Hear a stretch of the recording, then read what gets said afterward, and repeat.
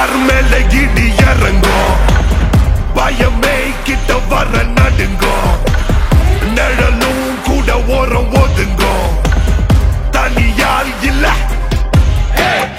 விடாமுயற்சி பகைய புதைச்சி போராடிடா எதையும் துணிஞ்சி விடாமுயற்சி தடைய உடைச்சி தீயாகிடா இருளை எரிச்சி விடாமுயற்சி பகைய புதைச்சி போராடிடா எதையும் துணிஞ்சி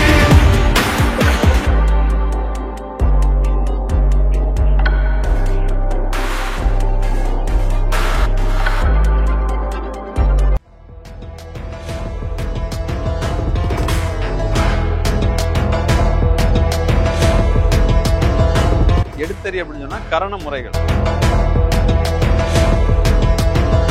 அப்படி பந்து மாதிரி உருண்டு போயிட்டோம் அப்படின்னு சொன்னா ஒரு அடியும் படாது.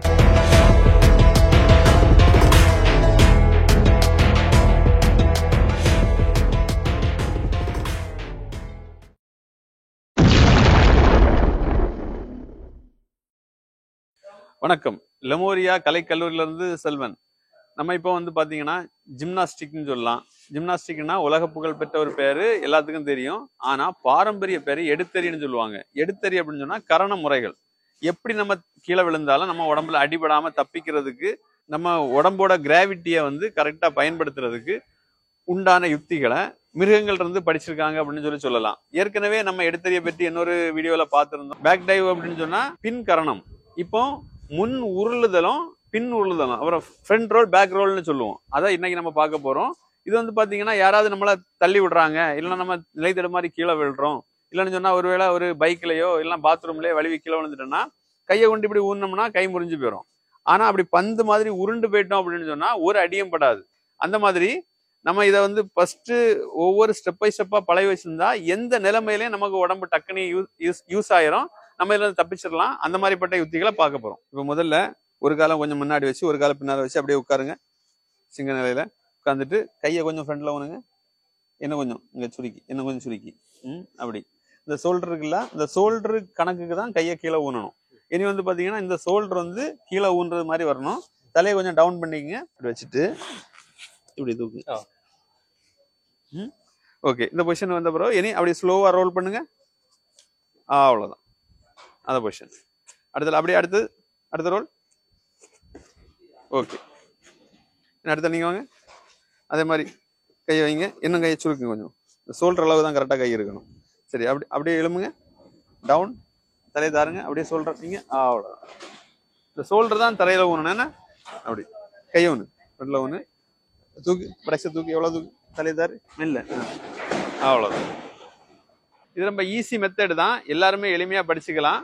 ஆனா தலையை வந்து ஸ்ட்ராங்கா கீழே ஊனிடக்கூடாது. முதல்ல இந்த மாதிரி மெத்த ஏதாவது போட்டு மெத்தையில படிச்சுட்டீங்க அப்படின்னு சொன்னா அப்புறம் போக போக தரையிலேயே பண்ணிடலாம். ஓகேவா? அடுத்தடா கண்டினியூ.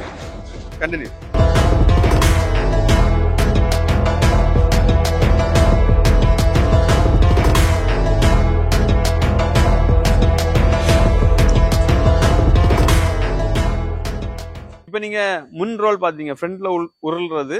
இனி அதே மாதிரி பேக்ல உருள்றதும் வந்து ஈஸி தான். ஆனா கொஞ்சம் உடம்புல இன்னும் கொஞ்சம் ஸ்டெமினார் கூட இருக்கணும். இருந்தாலும் யாராவது நம்மளை தள்ளி விட்டாங்க, நம்ம கீழே விழ போனோம்னா அந்த ஃபோர்ஸ்லயே உருண்டு எழும்பிடலாம். ஆனா அதுக்கு முன்னாடி நம்ம படிக்கும் போது நமக்கு உடம்புல கொஞ்சம் பலம் கூடுதல் இருக்கணும். அவ்வளவுதான். காலை அப்படி பின்னாடி வை, கையை அப்படி பின்னாடி வச்சுட்டு காலை தூக்கி. அவ்வளவுதான். அடுத்தது. ஓகே, அடுத்தது.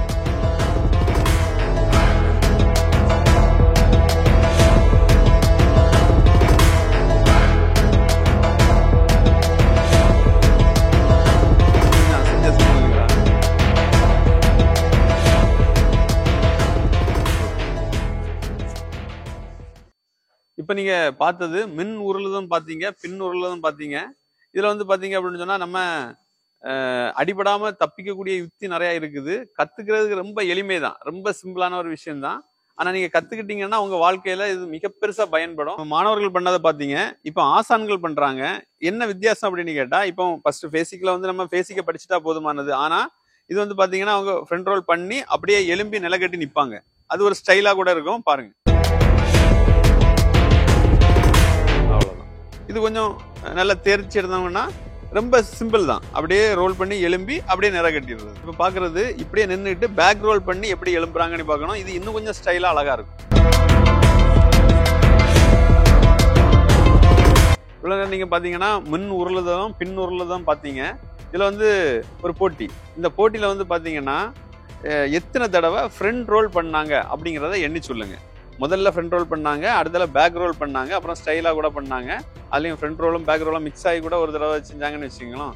இப்போ வந்து பாத்தீங்கன்னா வீடியோவில் எத்தனை தடவை ஃப்ரண்ட் ரோல் பண்ணாங்க அப்படிங்கிறத எண்ணிக்கையில எண்ணி நீங்க சொன்னீங்க அப்படின்னு சொன்னா உங்களுக்கு அழகிய பரிசு காவல் இருக்குது. என்ன மாதிரி பரிசு அப்படின்னு கேட்டா வாளு, கேடயம், சுருள்வாளு, மான்கொம்பு, வேல்கொம்பு இப்படின்னு சொல்லிக்கிட்டு நம்ம கலை சார்ந்த நிறைய பொருட்களை நாங்கள் தயாரித்து விலை கொடுத்துட்டு இருக்கிறோம்.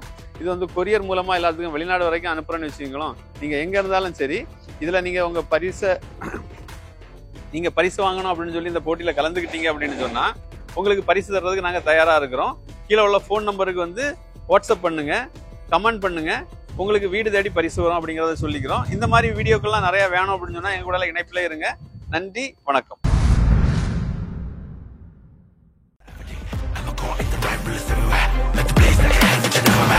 தொட்டு பாரு மேல இடி இறங்கும், பயமே கிட்ட வர நடுங்கும்.